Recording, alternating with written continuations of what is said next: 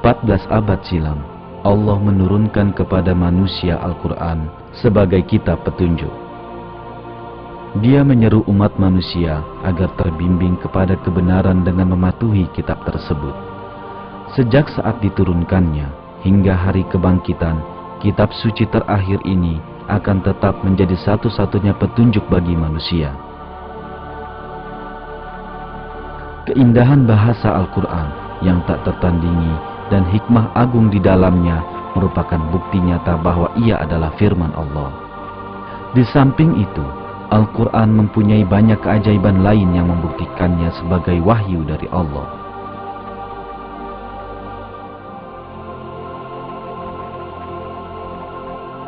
Salah satu keajaiban ini adalah kenyataan bahwa sejumlah kebenaran ilmiah yang hanya mampu diungkap oleh teknologi abad ke-20 telah dinyatakan dalam Al-Quran 1400 tahun yang lalu. Tetapi, Al-Quran tentu saja bukanlah kitab ilmu pengetahuan. Namun, di dalam sejumlah ayatnya, terdapat banyak fakta ilmiah yang dinyatakan secara sangat ringkas dan mendalam yang baru dapat ditemukan dengan teknologi abad ke-20. Fakta-fakta ini belum dapat diketahui di masa Al-Quran diwahyukan, dan ini semakin membuktikan bahwa Al-Quran adalah firman Allah.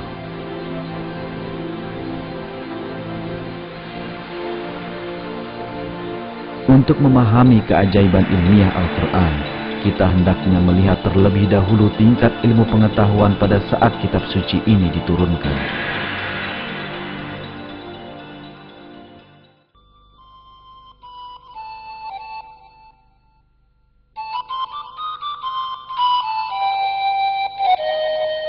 Pada abad ke-7, saat Al-Quran diturunkan, bangsa Arab memiliki berbagai kepercayaan takhayul dan tanpa didasari bukti terhadap hal-hal yang berbau ilmiah.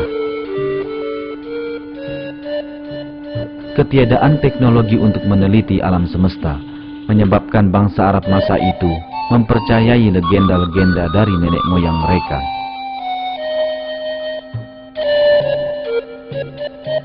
Misalnya, mereka percaya bahwa gunung-gunung menopang langit di atasnya. Mereka yakin bahwa bumi ini rata dan terdapat gunung-gunung yang tinggi di kedua tepinya. Waktu itu diyakini bahwa gunung-gunung tersebut merupakan tiang penyangga yang membuat kubah langit tetap berada di atas sana.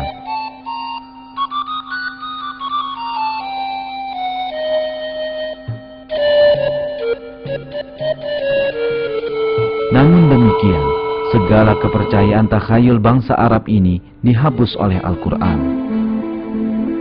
Ayat yang berbunyi di surat Ar-Ra'd ayat 2, Allah lah yang meninggikan langit tanpa tiang misalnya, menghapuskan keyakinan bahwa langit tetap berada di atas karena keberadaan gunung-gunung. Dalam banyak hal lain, fakta penting diungkapkan di masa ketika tak mungkin seorang pun mampu mengetahuinya. Al-Quran yang diturunkan pada saat manusia mengetahui sedikit sekali tentang astronomi, fisika, atau biologi, berisi fakta-fakta kunci tentang beragam hal, seperti penciptaan alam semesta, penciptaan manusia, struktur atmosfer, dan keseimbangan sempurna yang memungkinkan adanya kehidupan di muka bumi. Kini, marilah kita simak kebenaran ilmiah yang diungkap dalam Al-Quran.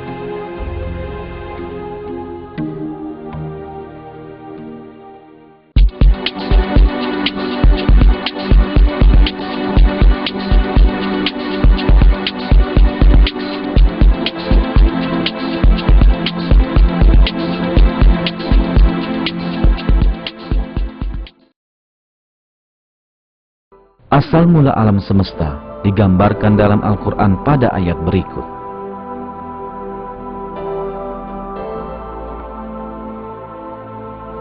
Dialah pencipta langit dan bumi.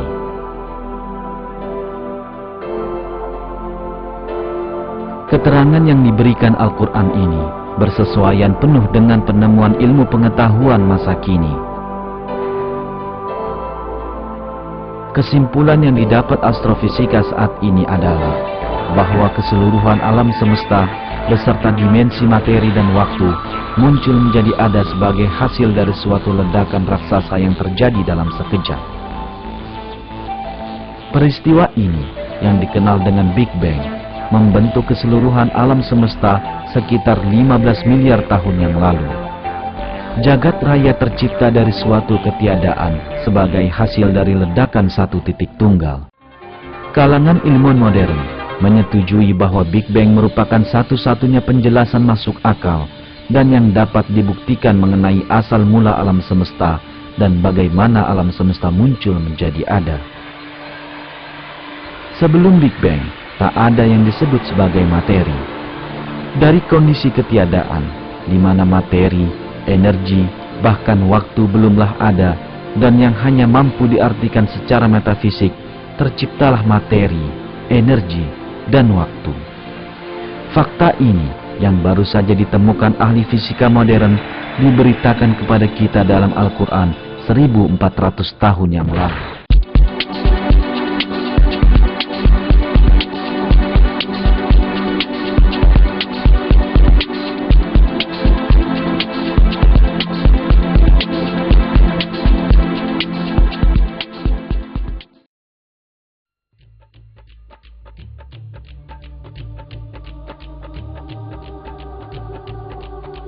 Dalam Al-Quran yang diturunkan 14 abad silam di saat ilmu astronomi masih terbelakang, mengembangnya alam semesta digambarkan sebagaimana berikut ini.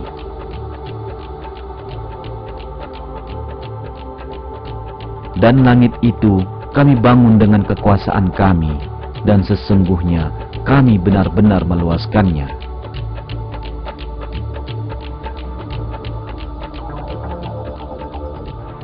Kata langit, sebagaimana dinyatakan dalam ayat ini, digunakan di banyak tempat dalam Al-Quran dengan makna luar angkasa dan alam semesta. Di sini sekali lagi, kata tersebut digunakan dengan arti ini. Dengan kata lain, dalam Al-Quran dikatakan bahwa alam semesta mengalami perluasan atau mengembang. Dan inilah kesimpulan yang dicapai ilmu pengetahuan masa kini. Hingga awal abad ke-20, satu-satunya pandangan yang umumnya diyakini di dunia ilmu pengetahuan adalah bahwa alam semesta bersifat tetap dan telah ada sejak dahulu kala tanpa permulaan. Namun, penelitian, pengamatan, dan perhitungan yang dilakukan dengan teknologi modern mengungkapkan bahwa alam semesta sesungguhnya memiliki permulaan dan ia terus-menerus mengembang. Pada awal abad ke-20, fisikawan Rusia Alexander Friedman dan ahli kosmologi Belgia Jos Lemaitre secara teoritis menghitung dan menemukan bahwa alam semesta senantiasa bergerak dan mengembang. Fakta ini dibuktikan juga dengan menggunakan data pengamatan pada tahun 1929. Ketika mengamati langit dengan teleskop, Edwin Hubble, seorang astronom Amerika, menemukan bahwa bintang-bintang dan galaksi terus bergerak saling menjauhi. Sebuah alam semesta di mana segala sesuatunya terus bergerak menjauhi satu sama lain berarti bahwa alam semesta tersebut terus-menerus mengembang. Pengamatan yang dilakukan di tahun-tahun berikutnya memperkokoh fakta bahwa alam semesta terus mengembang. Kenyataan ini diterangkan dalam Al-Quran pada saat tak seorang pun mengetahuinya. Ini dikarenakan Al-Quran adalah firman Allah, Sang Pencipta.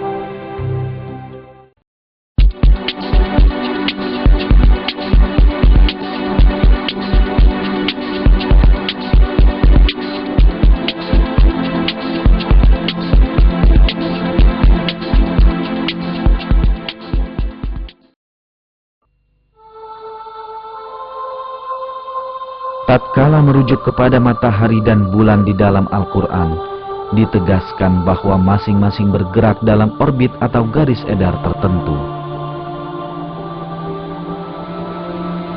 Dan dialah yang telah menciptakan malam dan siang, matahari dan bulan.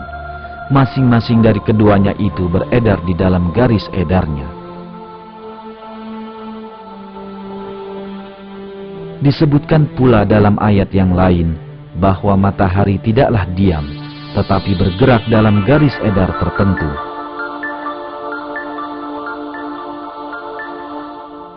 Dan matahari berjalan di tempat peredarannya.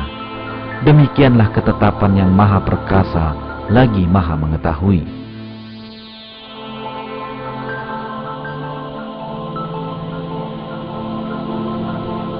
Fakta-fakta yang disampaikan dalam Al-Quran ini telah ditemukan melalui pengamatan astronomis di zaman kita. Menurut perhitungan para ahli astronomi, matahari bergerak dengan kecepatan luar biasa yang mencapai 720.000 km per jam ke arah bintang Vega dalam sebuah garis edar yang disebut solar apex. Ini berarti matahari bergerak sejauh kurang lebih 17.280.000 km dalam sehari. Bersama matahari, semua planet dan satelit dalam sistem gravitasi matahari juga berjalan menempuh jarak ini. Selanjutnya, semua bintang di alam semesta berada dalam suatu gerakan serupa yang terencana. Keseluruhan alam semesta yang dipenuhi oleh lintasan dan garis edar seperti ini dinyatakan dalam Al-Quran sebagai berikut. Demi langit yang mempunyai jalan-jalan.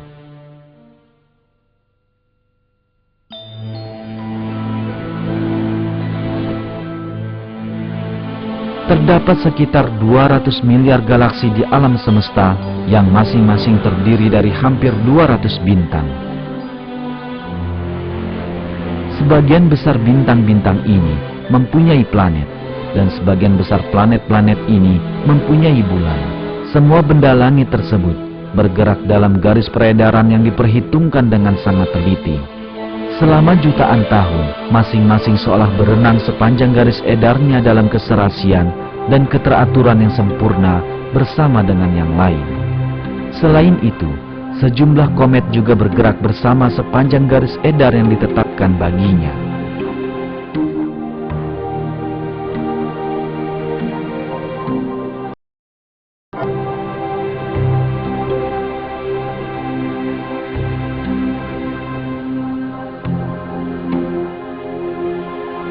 Garis edar di alam semesta tidak hanya dimiliki oleh benda-benda angkasa.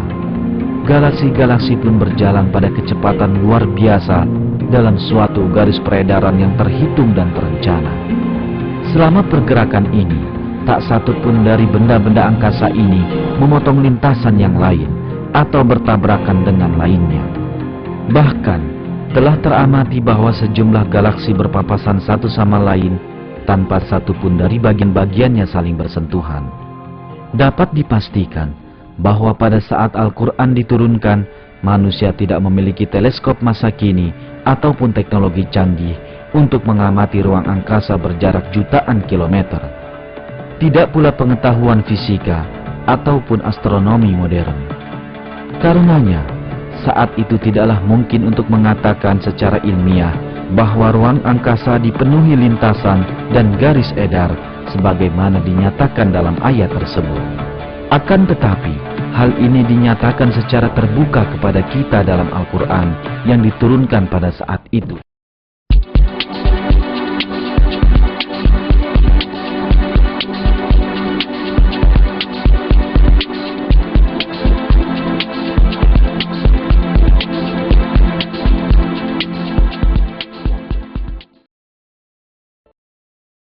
Dalam Al-Quran, Allah mengarahkan perhatian kita kepada sifat yang sangat menarik tentang langit. Dan kami menjadikan langit itu sebagai atap yang terpelihara, sedang mereka berpaling dari segala tanda-tanda kekuasaan Allah yang ada padanya. Sifat langit ini telah dibuktikan oleh penelitian ilmiah abad ke-20. Atmosfer yang melingkupi bumi berperan sangat penting bagi berlangsungnya kehidupan. Dengan menghancurkan sejumlah meteor, besar ataupun kecil ketika mereka mendekati bumi, atmosfer mencegah mereka jatuh ke bumi dan membahayakan makhluk hidup.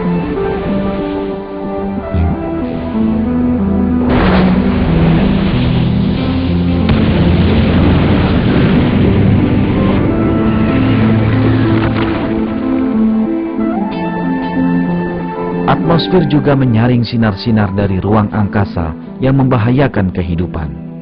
Menariknya, atmosfer hanya membiarkan agar ditembus oleh sinar-sinar tak berbahaya dan berguna, seperti cahaya tampak, sinar ultraviolet tepi, dan gelombang radio. Semua radiasi ini sangat diperlukan bagi kehidupan. Sinar ultraviolet tepi yang hanya sebagiannya menembus atmosfer sangat penting bagi fotosintesis tanaman dan bagi kelangsungan seluruh makhluk hidup. Sebagian besar sinar ultraviolet kuat yang dipancarkan matahari ditahan oleh lapisan ozon atmosfer, dan hanya sebagian kecil dan penting saja dari spektrum ultraviolet yang mencapai bumi.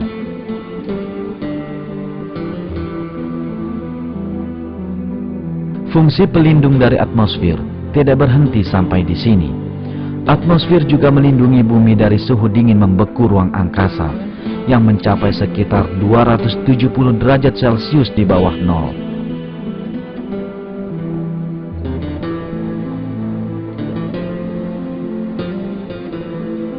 Tidak hanya atmosfer yang melindungi bumi dari pengaruh berbahaya. Selain atmosfer, sabuk Van Allen, suatu lapisan yang tercipta akibat keberadaan medan magnet bumi, juga berperan sebagai perisai melawan radiasi berbahaya yang mengancam planet kita. Radiasi ini yang terus-menerus dipancarkan oleh matahari dan bintang-bintang lainnya sangat mematikan bagi makhluk hidup. Jika saja sabuk Van Allen tidak ada, semburan energi raksasa yang disebut jilatan api matahari yang terjadi berkali-kali pada matahari akan menghancurkan seluruh kehidupan di muka bumi. Energi yang dipancarkan dalam satu jilatan api saja, sebagaimana tercatat baru-baru ini, terhitung setara dengan 100 miliar bom atom yang serupa dengan yang dijatuhkan di Hiroshima.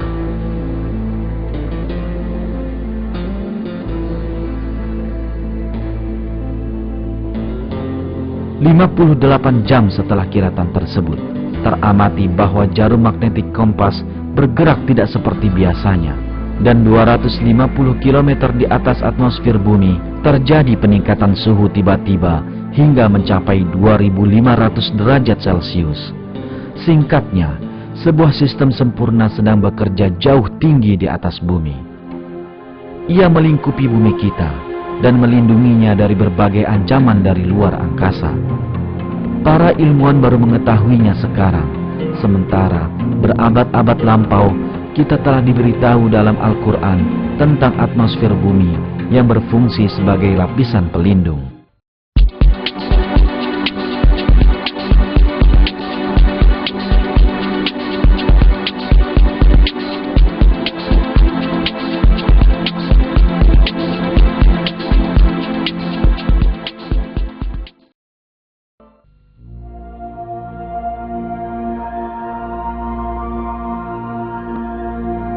Ayat ke-11 dari surat At-Tariq dalam Al-Quran mengacu pada fungsi mengembalikan yang dimiliki langit.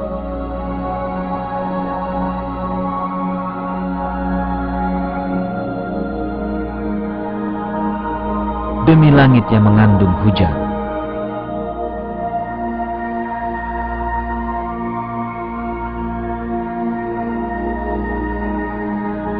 Kata yang ditafsirkan sebagai mengandung hujan dalam terjemahan Al-Quran ini juga bermakna mengirim kembali atau mengembalikan. Sebagaimana diketahui, atmosfer yang melingkupi bumi terdiri dari sejumlah lapisan. Setiap lapisan memiliki peran penting bagi kehidupan. Penelitian mengungkapkan bahwa lapisan-lapisan ini memiliki fungsi mengembalikan benda-benda atau sinar yang mereka terima ke ruang angkasa atau ke arah bawah, yakni ke bumi. Sekarang, marilah kita cermati sejumlah contoh fungsi pengembalian dari lapisan-lapisan yang mengelilingi bumi tersebut. Lapisan troposfer, 13 hingga 15 km di atas permukaan bumi, memungkinkan uap air yang naik dari permukaan bumi menjadi terkumpul hingga jenuh dan turun kembali ke bumi sebagai hujan. Lapisan ozon, pada ketinggian 25 km, memantulkan radiasi berbahaya dan sinar ultraviolet yang datang dari ruang angkasa dan mengembalikan keduanya ke ruang angkasa. Ionosfer memantulkan kembali pancaran gelombang radio dari bumi ke berbagai belahan bumi lainnya, persis seperti satelit komunikasi pasif, sehingga memungkinkan komunikasi tanpa kabel, pemancaran siaran radio, dan televisi pada jarak yang cukup jauh. Sifat lapisan-lapisan langit yang hanya dapat ditemukan secara ilmiah di masa kini tersebut telah dinyatakan berabad-abad lalu dalam Al-Quran. Ini sekali lagi membuktikan bahwa Al-Quran adalah firman Allah.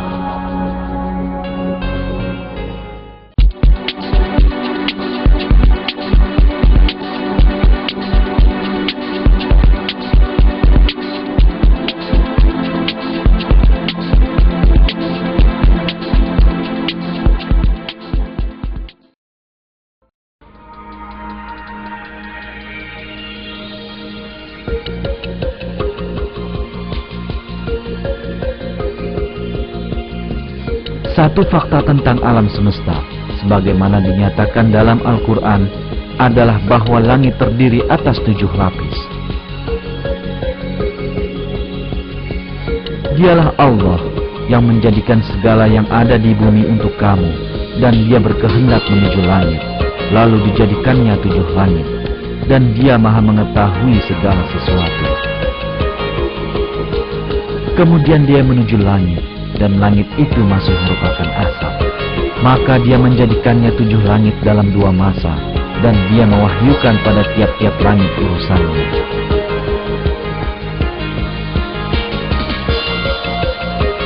Kata langit yang kerap kali muncul di banyak ayat dalam Al-Quran digunakan untuk mengacu pada langit bumi dan juga keseluruhan alam semesta. Dengan makna kata seperti ini, terlihat bahwa langit bumi atau atmosfer terdiri dari 7 lapisan. Saat ini benar-benar diketahui bahwa atmosfer bumi terdiri atas lapisan-lapisan yang berbeda yang saling bertumpukan. Lebih dari itu, persis sebagaimana dinyatakan Al-Quran, atmosfer terdiri atas 7 lapisan. Dalam sumber ilmiah, hal tersebut diuraikan sebagai berikut. Para ilmuwan menemukan bahwa atmosfer terdiri dari beberapa lapisan. Lapisan-lapisan tersebut berbeda dalam ciri-ciri fisik, seperti tekanan dan jenis gasnya. Lapisan atmosfer yang terdekat dengan bumi disebut troposfer. Ia membentuk sekitar 90% dari keseluruhan massa atmosfer. Lapisan di atas troposfer disebut stratosfer. Lapisan ozon adalah bagian dari stratosfer, di mana terjadi penyerapan sinar ultraviolet. Lapisan di atas stratosfer disebut mesosfer. Termosfer berada di atas mesosfer. Gas-gas terionisasi membentuk suatu lapisan dalam termosfer yang disebut ionosfer. Bagian terluar atmosfer bumi membentang dari sekitar 480 km hingga 960 km. Bagian ini dinamakan eksosfer. Jika kita hitung jumlah lapisan yang dinyatakan dalam sumber ilmiah tersebut, kita ketahui bahwa atmosfer tepat terdiri atas 7 lapis, seperti dinyatakan dalam ayat tersebut. Adalah sebuah keajaiban besar bahwa fakta-fakta ini yang tak mungkin ditemukan tanpa teknologi canggih abad ke-20 secara jelas dinyatakan oleh Al-Quran 1400 tahun yang lalu.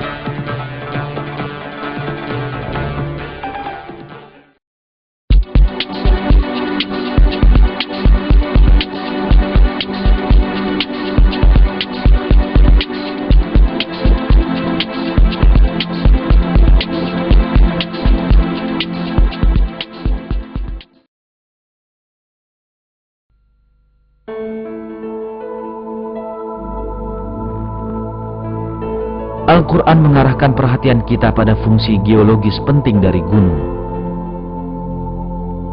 Dan telah kami jadikan di bumi ini gunung-gunung yang kokoh supaya bumi itu tidak goncang bersama mereka. Sebagaimana terlihat, dinyatakan dalam ayat tersebut bahwa gunung-gunung berfungsi mencegah goncangan di permukaan bumi. Kenyataan ini tidaklah diketahui oleh siapapun di masa ketika Al-Quran diturunkan. Nyatanya, hal ini baru saja terungkap sebagai hasil penemuan geologi modern. Menurut penemuan ini, gunung-gunung muncul sebagai hasil pergerakan dan tumbukan dari lempengan-lempengan raksasa yang membentuk kerak bumi. Ketika dua lempengan bertumbukan, lempengan yang lebih kuat menyelip di bawah lempengan yang satunya, sementara yang di atas melipat dan membentuk dataran tinggi dan gunung. Lapisan bawah bergerak di bawah permukaan dan membentuk perpanjangan yang dalam ke bawah. Ini berarti gunung mempunyai bagian yang menghujam jauh ke bawah yang tak kalah besarnya dengan yang tampak di permukaan bumi. Dalam tulisan ilmiah, struktur gunung digambarkan sebagai berikut. Pada bagian benua yang lebih tebal, seperti pada jajaran pegunungan, kerak bumi akan terbenam lebih dalam ke dalam lapisan magma. Dalam sebuah ayat, peran gunung seperti ini diungkapkan melalui sebuah perumpamaan sebagai pasak. Bukankah kami telah menjadikan bumi itu sebagai hamparan dan gunung-gunung sebagai pasak? Dengan kata lain, gunung-gunung menggenggam lempengan-lempengan kerak bumi dengan memanjang ke atas dan ke bawah permukaan bumi pada titik-titik pertemuan lempengan-lempengan ini. Dengan cara ini, mereka memancangkan kerak bumi dan mencegahnya dari terombang-ambing di atas lapisan magma atau di antara lempengan-lempengannya. Singkatnya, kita dapat menyamakan gunung dengan paku yang menjadikan lembaran-lembaran kayu tetap menyatu. Fungsi pemancangan dari gunung dijelaskan dalam tulisan ilmiah dengan istilah isostasi. Isostasi bermakna sebagai berikut. Isostasi adalah kesetimbangan dalam kerak bumi yang terjaga oleh aliran materi bebatuan di bawah permukaan akibat tekanan gravitasi. Peran penting gunung yang ditemukan oleh ilmu geologi modern dan penelitian gempa telah dinyatakan dalam Al-Quran berabad-abad lampau sebagai suatu bukti hikmah maha agung dalam ciptaan Allah. Dan telah kami jadikan di bumi ini gunung-gunung yang kokoh supaya bumi itu tidak goncang bersama mereka.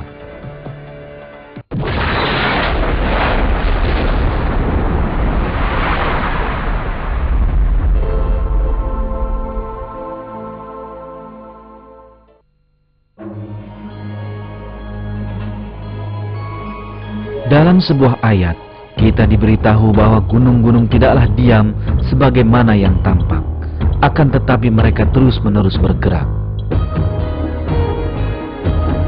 Dan kamu lihat gunung-gunung itu, kamu sangka dia tetap di tempatnya, padahal dia berjalan sebagaimana jalannya awan. Begitulah perbuatan Allah yang membuat dengan kokoh tiap-tiap sesuatu. Sesungguhnya Allah Maha mengetahui apa yang kamu kerjakan. Gerakan gunung-gunung ini disebabkan oleh gerakan kerak bumi tempat mereka berada.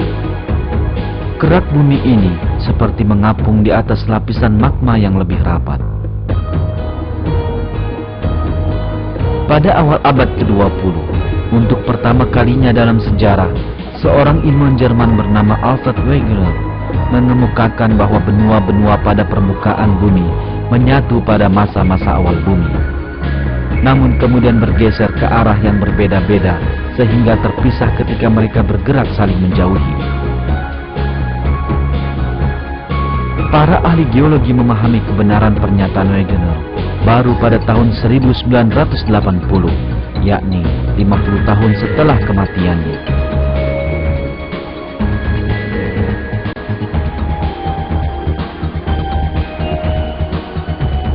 Pergeseran kerak bumi ini yang ditemukan melalui penelitian geologi di awal abad ke-20 dijelaskan oleh para ilmuwan sebagai berikut.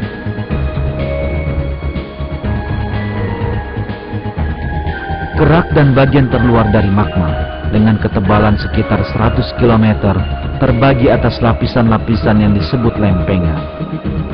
Terdapat 6 lempengan utama dan beberapa lempengan kecil. Menurut teori yang disebut lempeng tektonik, lempengan-lempengan ini bergerak pada permukaan bumi. membawa benua dan dasar lautan bersamanya. Pergerakan benua telah diukur dan berkecepatan 1 hingga 5 cm per tahun. Lempengan-lempengan tersebut terus-menerus bergerak dan menghasilkan perubahan pada geografi bumi secara perlahan. Setiap tahun misalnya, Samudra Atlantik menjadi sedikit lebih lebar. Ada hal sangat penting yang perlu dikemukakan di sini.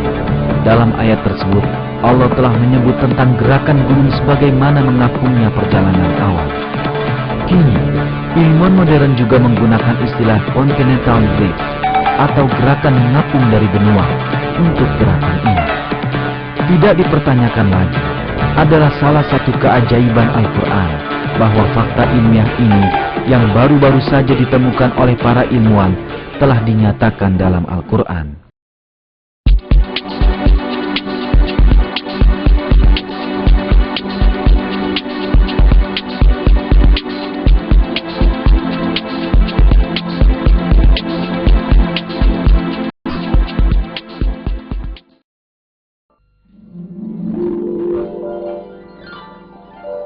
Besi adalah salah satu unsur yang dinyatakan secara jelas dalam Al-Quran. Dalam surat Al-Hadid yang berarti besi, kita diberitahu sebagai berikut.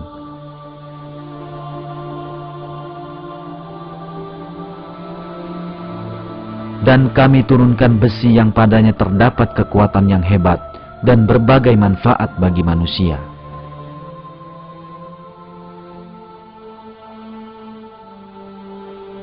Kata anzalna yang berarti kami turunkan khusus digunakan untuk besi dalam ayat ini dapat diartikan secara kiasan untuk menjelaskan bahwa besi diciptakan untuk memberi manfaat bagi manusia. Tapi ketika kita mempertimbangkan makna harfiah kata ini, yakni secara bendawi diturunkan dari langit, kita akan menyadari bahwa ayat ini memiliki keajaiban ilmiah yang sangat penting.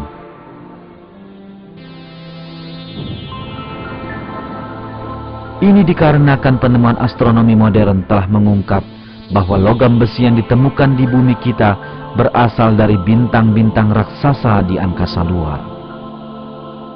Logam berat di alam semesta dibuat dan dihasilkan dalam inti bintang-bintang raksasa. Akan tetapi, sistem tata surya kita tidak memiliki struktur yang cocok untuk menghasilkan besi secara mandiri. Besi hanya dapat dibuat dan dihasilkan dalam bintang-bintang yang jauh lebih besar dari matahari, yang suhunya mencapai beberapa ratus juta derajat. Ketika jumlah besi telah melampaui batas tertentu dalam sebuah bintang, bintang tersebut tidak mampu lagi menanggungnya, dan akhirnya meledak melalui peristiwa yang disebut nova atau supernova. Akibat dari ledakan ini, meteor-meteor yang mengandung besi bertaburan di seluruh penjuru alam semesta, dan mereka bergerak melalui ruang hampa hingga mengalami tarikan oleh gaya gravitasi benda angkasa. Semua ini menunjukkan bahwa logam besi tidak terbentuk di bumi, melainkan kiriman dari bintang-bintang yang meledak di ruang angkasa melalui meteor-meteor dan diturunkan ke bumi, persis seperti dinyatakan dalam ayat tersebut. Jelaslah bahwa fakta ini tidak dapat diketahui secara ilmiah pada abad ke-7 ketika Al-Quran diturunkan. Dan kami turunkan besi yang padanya terdapat kekuatan yang hebat dan berbagai manfaat bagi manusia.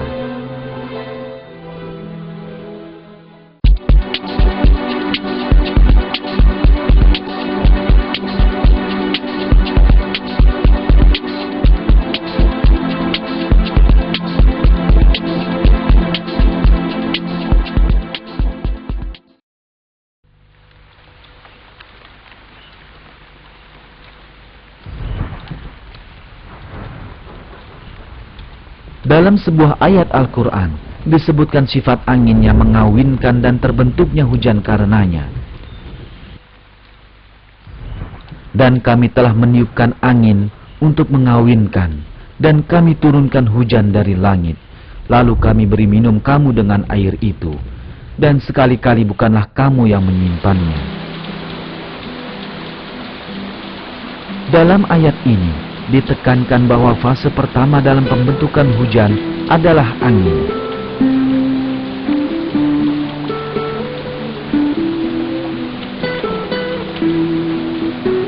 Hingga awal abad ke-20, satu-satunya hubungan antara angin dan hujan yang diketahui hanyalah bahwa angin menggerakkan awan.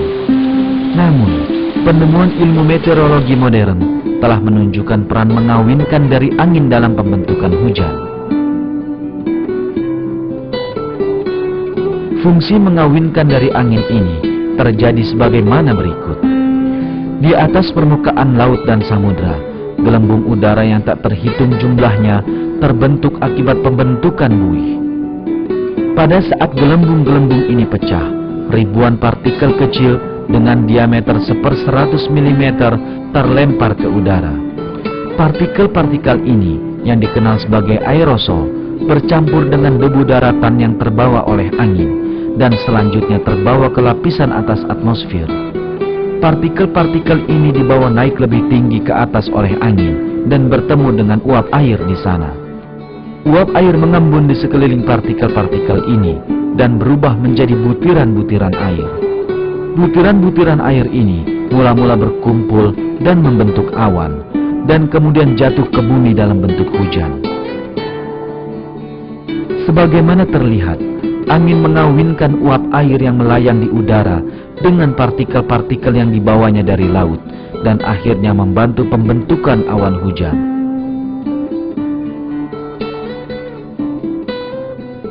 Apabila angin tidak memiliki sifat ini, butiran-butiran air di atmosfer bagian atas tidak akan pernah terbentuk, dan hujan pun tidak akan terjadi. Hal terpenting di sini adalah bahwa peran utama dari angin dalam pembentukan hujan telah dinyatakan berabad-abad yang lalu dalam sebuah ayat Al-Quran, pada saat orang hanya mengetahui sedikit saja tentang fenomena alam.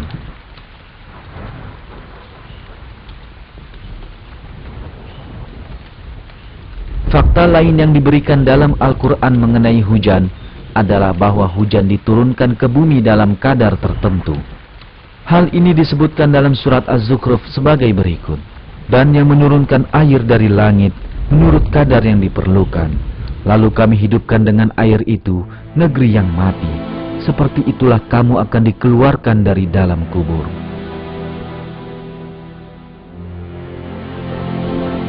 Kadar dalam hujan ini pun sekali lagi telah ditemukan melalui penelitian modern. Diperkirakan dalam 1 detik, sekitar 16 juta ton air menguap dari bumi. Angka ini menghasilkan 513 triliun ton air per tahun. Angka ini ternyata sama dengan jumlah hujan yang jatuh ke bumi dalam 1 tahun. Hal ini berarti air senantiasa berputar dalam suatu siklus yang seimbang menurut ukuran atau kadar tertentu. Kehidupan di bumi bergantung pada siklus air ini. Bahkan sekalipun manusia menggunakan semua teknologi yang ada di bumi ini, mereka tidak akan mampu membuat siklus seperti ini. Bahkan satu penyimpangan kecil saja dari jumlah ini akan segera mengakibatkan ketidakseimbangan ekologi yang mampu mengakhiri kehidupan di bumi. Namun, hal ini tidak pernah terjadi, dan hujan senantiasa turun setiap tahun dalam jumlah yang benar-benar sama seperti dinyatakan dalam Al-Quran.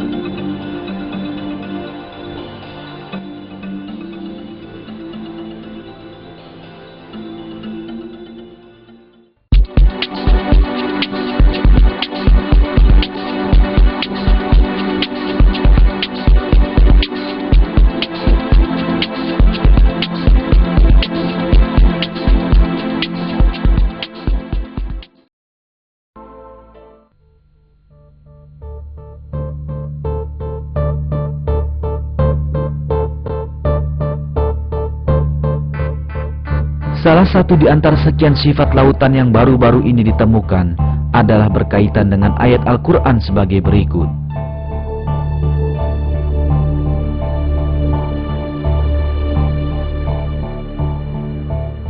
Dia membiarkan dua lautan mengalir, yang keduanya kemudian bertemu. Antara keduanya ada batas yang tak dapat dilampaui oleh masing-masing. Sifat lautan yang saling bertemu akan tetapi tidak bercampur satu sama lain ini telah ditemukan oleh para ahli kelautan baru-baru ini. Dikarenakan gaya fisika yang dinamakan tegangan permukaan, air dari laut-laut yang saling bersebelahan tidak menyatu. Akibat adanya perbedaan massa jenis, tegangan permukaan mencegah lautan dari bercampur satu sama lain, seolah terdapat dinding tipis yang memisahkan mereka.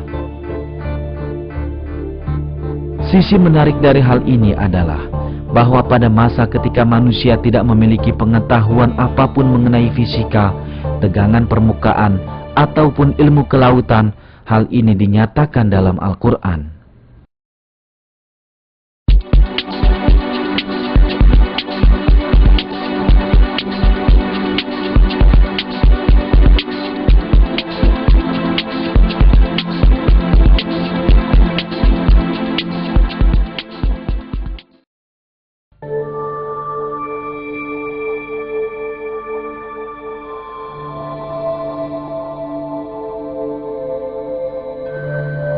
Hingga beberapa waktu yang lalu, diyakini bahwa jenis kelamin bayi ditentukan oleh sel ibunya.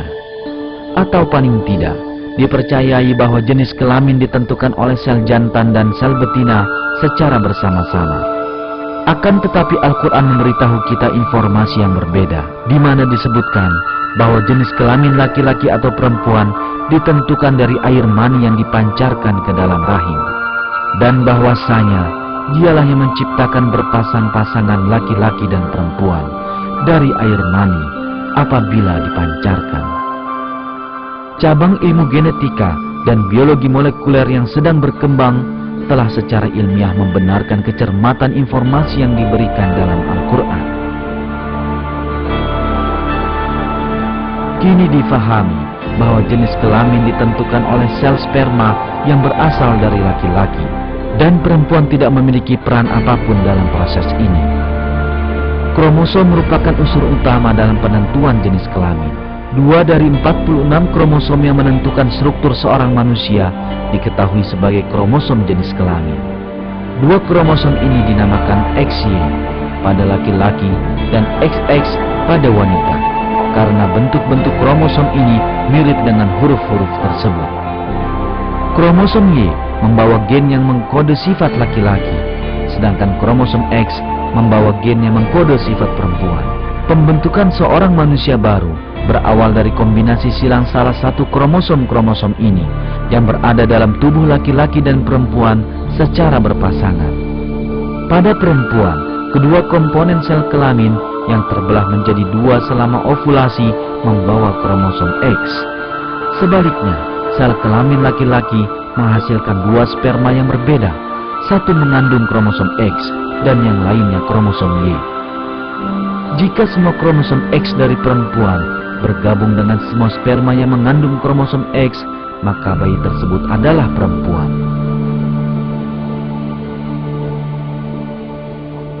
Jika ia bergabung dengan sperma yang mengandung kromosom Y, maka bayi tersebut adalah laki-laki.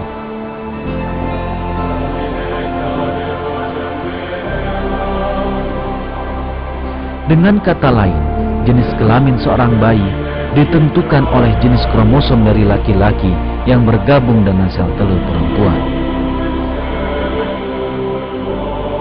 Tak satu pun dari hal ini diketahui hingga penemuan ilmu genetika pada abad ke-20. Bahkan, dalam sejumlah masyarakat dipercaya bahwa jenis kelamin bayi ditentukan oleh tubuh perempuan.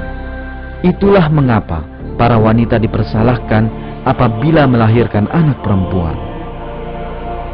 13 abad sebelum gen manusia ditemukan, Al-Quran telah menyampaikan berita yang menolak kepercayaan tahayul ini dan menunjukkan bahwa penentuan jenis kelamin bukanlah berasal dari perempuan, tetapi dari air mani laki-laki. Jika kita terus mempelajari fakta-fakta yang diberitakan dalam Al-Quran mengenai pembentukan manusia, sekali lagi kita akan menjumpai keajaiban ilmiah yang sungguh penting. Ketika sperma dari laki-laki bergabung dengan sel telur wanita, intisari bayi yang akan lahir terbentuk. Sel tunggal yang dikenal sebagai zigot dalam ilmu biologi ini akan segera berkembang biak dengan membelah diri hingga akhirnya menjadi segumpal daging. Tentu saja hal ini hanya dapat dilihat oleh manusia dengan bantuan mikroskop. Namun, zigot tersebut tidak melewatkan tahap pertumbuhannya begitu saja. Ia melekat pada dinding rahim seperti akar yang kokoh menancap di bumi. Melalui hubungan semacam ini, zigot mampu mendapatkan zat-zat penting dari tubuh sang ibu bagi pertumbuhannya. Di sisi lain, pada bagian ini, satu keajaiban penting dari Al-Quran terungkap. Saat merujuk pada zigot yang sedang tumbuh dalam rahim ibu, Allah menggunakan kata alat dalam Al-Quran. Bacalah dengan menyebut nama Tuhanmu yang menciptakan. Dia telah menciptakan manusia dari alaq, segumpal darah. Bacalah, dan Tuhanmulah yang maha pemurah. Arti kata alaq dalam bahasa Arab adalah sesuatu yang menempel pada suatu tempat. Kata ini secara harfiah digunakan untuk menggambarkan lintah yang menempel pada tubuh untuk menghisap darah. Tentunya bukanlah suatu kebetulan bahwa sebuah kata yang demikian tepat digunakan untuk zigot yang sedang tumbuh dalam rahim ibu. Hal ini sekali lagi membuktikan bahwa Al-Quran merupakan wahyu dari Allah, Tuhan semesta alam.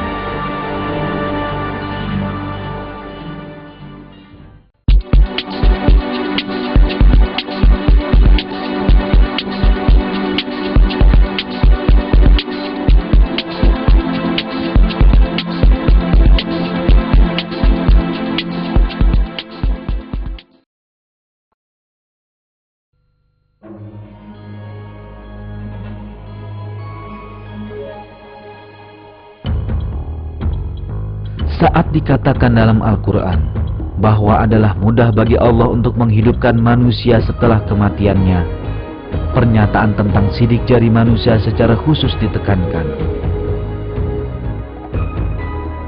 Sebenarnya, kami kuasa menyusun kembali jari jemari dengan sempurna.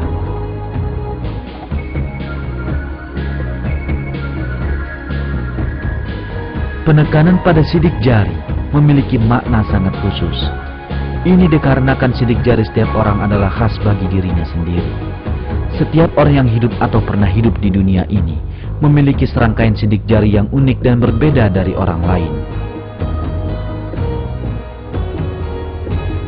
Itulah mengapa sidik jari dipakai sebagai kartu identitas yang sangat penting bagi pemiliknya dan digunakan untuk tujuan ini di seluruh penjuru dunia. Akan tetapi, yang penting adalah bahwa keunikan sidik jari ini baru ditemukan di akhir abad ke-19. Sebelumnya, orang menghargai sidik jari sebagai lengkungan-lengkungan biasa tanpa makna khusus.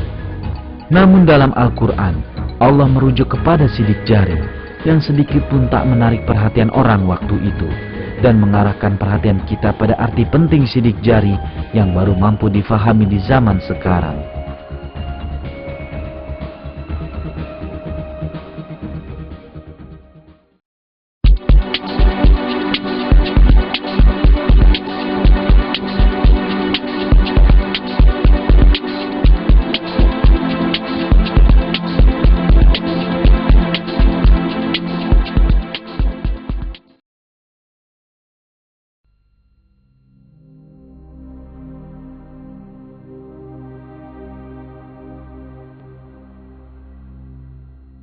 Sisi penting lain tentang informasi yang disebutkan dalam ayat-ayat Al-Quran adalah tahap-tahap pembentukan manusia dalam rahim ibu.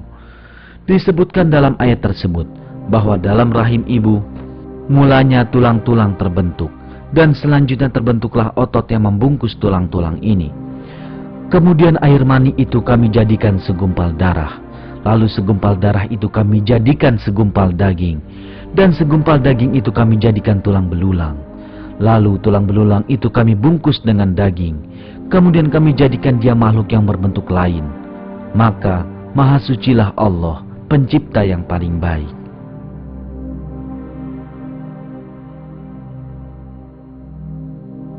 Embriologi adalah cabang ilmu yang mempelajari perkembangan embrio dalam rahim ibu. Hingga akhir-akhir ini, para ahli embriologi beranggapan bahwa tulang dan otot dalam embrio terbentuk secara bersamaan. Karenanya, sejak lama banyak orang yang menyatakan bahwa ayat ini bertentangan dengan ilmu pengetahuan. Namun, Penelitian canggih dengan mikroskop yang dilakukan dengan menggunakan perkembangan teknologi baru telah mengungkap bahwa pernyataan Al-Quran adalah benar kata demi katanya. Penelitian di tingkat mikroskopis ini menunjukkan bahwa perkembangan dalam rahim ibu terjadi dengan cara persis seperti yang digambarkan dalam ayat tersebut. Pertama, jaringan tulang rawan embrio mulai mengeras. Kemudian sel-sel otot yang terpilih dari jaringan di sekitar tulang-tulang bergabung dan membungkus tulang-tulang ini. Peristiwa ini digambarkan dalam sebuah terbitan ilmiah dengan kalimat berikut.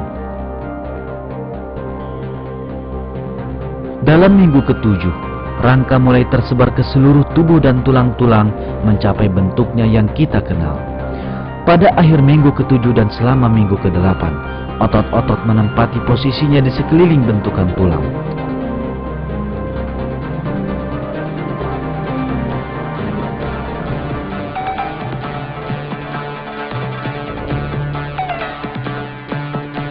Singkatnya, tahap-tahap pembentukan manusia sebagaimana digambarkan dalam Al-Quran benar-benar sesuai dengan penemuan embriologi modern.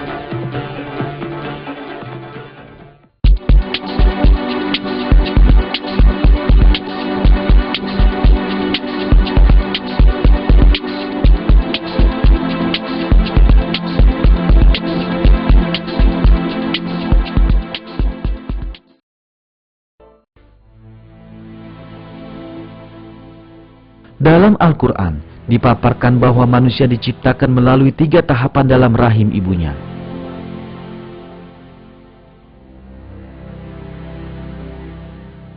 Dia menjadikan kamu dalam perut ibumu, kejadian demi kejadian dalam 3 kegelapan. Yang berbuat demikian itu adalah Allah, Tuhan kamu, Tuhan yang mempunyai kerajaan.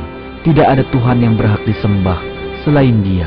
Maka bagaimana kamu dapat dipalingkan? Sebagaimana yang akan difahami, dalam ayat ini ditunjukkan bahwa seorang manusia diciptakan dalam tubuh ibunya dalam 3 tahapan yang berbeda.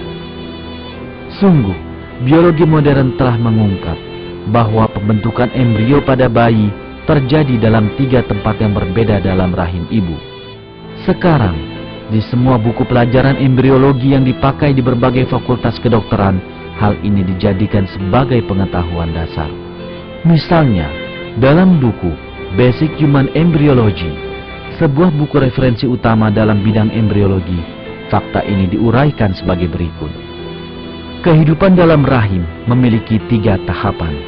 Pre-embryonik 2,5 minggu pertama, embryonik sampai akhir minggu ke-8, dan janin dari minggu ke-8 sampai kelahiran. Fase-fase ini mengacu pada tahap-tahap yang berbeda dari perkembangan seorang bayi. Informasi mengenai perkembangan yang terjadi dalam rahim ibu baru didapatkan setelah serangkaian pengamatan dengan menggunakan peralatan modern. Namun, sebagaimana sejumlah fakta ilmiah lainnya, informasi-informasi ini disampaikan dalam ayat-ayat Al-Quran dengan cara yang ajaib. Fakta bahwa informasi yang semikian rinci dan akurat diberikan dalam Al-Quran pada saat orang memiliki sedikit sekali informasi di bidang kedokteran merupakan bukti nyata bahwa Al-Quran bukanlah ucapan manusia, tetapi firman Allah.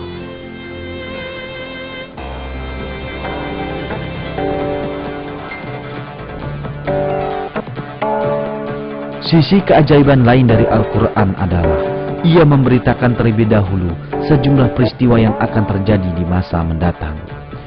Ayat ke-27 dari surat Al-Fat misalnya memberi kabar gembira kepada orang-orang yang beriman bahwa mereka akan menaklukkan Mekah yang saat itu dikuasai kaum penyembah berhala.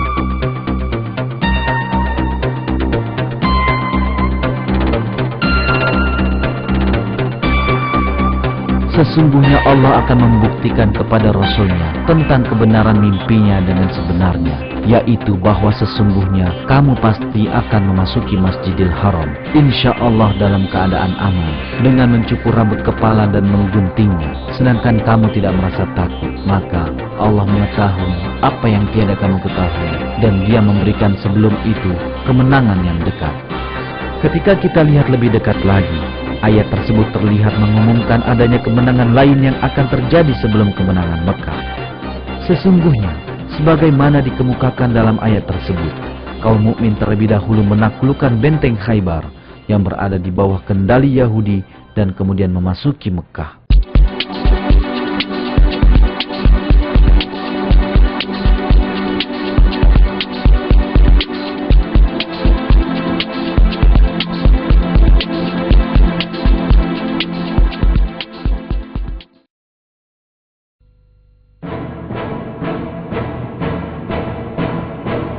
Penggalan berita lain yang disampaikan Al-Quran tentang peristiwa masa depan ditemukan dalam ayat pertama surat Ar-Rum yang merujuk pada Kekaisaran Bizantium, wilayah timur Kekaisaran Romawi.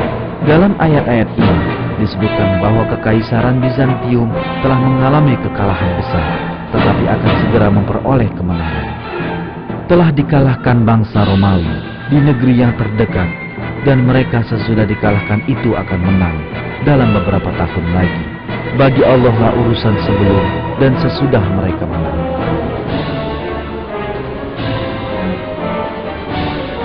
Ayat-ayat ini diturunkan kira-kira pada tahun 620 Masehi, hampir 7 tahun setelah kekalahan hebat Bizantium Kristen di tangan bangsa Persia. Ketika itu Bizantium kehilangan Yerusalem. Kemudian diriwayatkan dalam ayat ini bahwa Bizantium dalam waktu dekat akan menang. Padahal Bizantium waktu itu telah menderita kekalahan sedemikian hebat, sehingga nampaknya mustahil baginya untuk mempertahankan keberadaannya sekalipun, apalagi merebut kemenangan kembali. Tidak hanya bangsa Persia, tapi juga bangsa Avar, Slavia, dan Lombard menjadi ancaman serius bagi Kekaisaran Bizantium. Bangsa Avar telah datang hingga mencapai dinding batas Konstantinopel. Kaisar Bizantium, Heraklius, telah memerintahkan agar emas dan perak yang ada di dalam gereja dilebur dan dijadikan uang untuk membiayai pasukan perang. Banyak gubernur memberontak melawan Kaisar Heraklius dan kekaisaran tersebut berada pada titik keruntuhan. Mesopotamia, Silisia, Syria, Palestina, Mesir dan Armenia yang semula dikuasai oleh Bizantium diserbu oleh bangsa Persia. Pendek kata, setiap orang menyangka Kekaisaran Bizantium akan runtuh. Tetapi tepat di saat seperti itu, ayat pertama surat Ar-Rum diturunkan dan mengumumkan bahwa Bizantium akan mendapatkan kemenangan dalam beberapa tahun lagi. Sekitar 7 tahun setelah diturunkannya ayat pertama surat Ar-Rum tersebut, pada Desember 627 Masehi, perang penentu antara Kekaisaran Bizantium dan Persia terjadi di Nineveh. Dan kali ini, pasukan Bizantium secara mengejutkan mengalahkan pasukan Persia. Beberapa bulan kemudian, bangsa Persia harus membuat perjanjian dengan Bizantium yang mewajibkan mereka untuk mengembalikan wilayah yang mereka ambil dari Bizantium. Akhirnya, kemenangan bangsa Romawi yang diumumkan oleh Allah dalam Al-Quran secara ajaib menjadi kenyataan. Keajaiban lain yang diungkapkan dalam ayat ini adalah pengumuman tentang fakta geografis yang tak dapat ditemukan oleh seorang pun di masa itu. Dalam ayat ketiga surat Ar-Rum, diberitakan bahwa Romawi telah dikalahkan di daerah paling rendah di bumi ini. Ungkapan Adnal Ard dalam bahasa Arab diartikan sebagai tempat yang dekat dalam banyak terjemahan. Namun ini bukanlah makna harfiah dari kalimat tersebut, tetapi lebih berupa penafsiran atasnya. Kata adna dalam bahasa Arab diambil dari kata dani yang berarti rendah dan ard yang berarti bumi.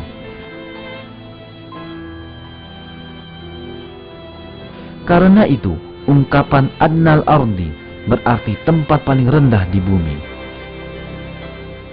Yang paling menarik, Tahap-tahap penting dalam peperangan antara kekaisaran Bizantium dan Persia ketika Bizantium dikalahkan dan kehilangan Yerusalem benar-benar terjadi di titik paling rendah di bumi. Wilayah yang dimaksudkan ini adalah cekungan Laut Mati yang terletak di titik pertemuan wilayah yang dimiliki oleh Syria, Palestina, dan Yordania. Laut Mati terletak 395 meter di bawah permukaan laut, adalah daerah paling rendah di bumi. Ini berarti bahwa Bizantium dikalahkan di bagian paling rendah di bumi, persis seperti dikemukakan dalam ayat ini. Hal paling menarik dalam fakta ini adalah bahwa ketinggian Laut Mati hanya mampu diukur dengan teknik pengukuran modern. Sebelumnya, mustahil bagi siapapun untuk mengetahui bahwasanya ini adalah wilayah terendah di permukaan bumi. Namun, dalam Al-Quran, daerah ini dinyatakan sebagai titik paling rendah di atas bumi. Demikianlah, ini memberikan bukti lagi bahwa Al-Quran adalah wahyu ilahi.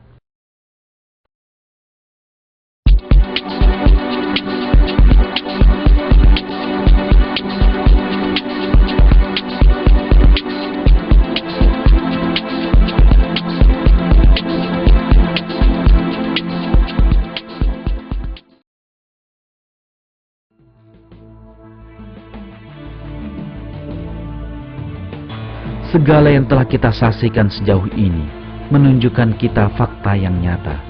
Al-Quran adalah kitab yang di dalamnya berisi segala informasi yang telah terbukti benar dan mengandung fakta-fakta yang tak seorang pun mampu. Tentunya hal ini menjadi bukti nyata bahwa Al-Quran bukanlah perkataan manusia. Al-Quran adalah firman Allah, pencipta segala sesuatu, dan Sang Maha Kuasa yang ilmunya meliputi segala sesuatu. Dalam sebuah ayat, Allah berfirman mengenai Al-Quran. Kalau kiranya Al-Quran itu bukan dari sisi Allah, tentulah mereka mendapat pertentangan yang banyak di dalamnya.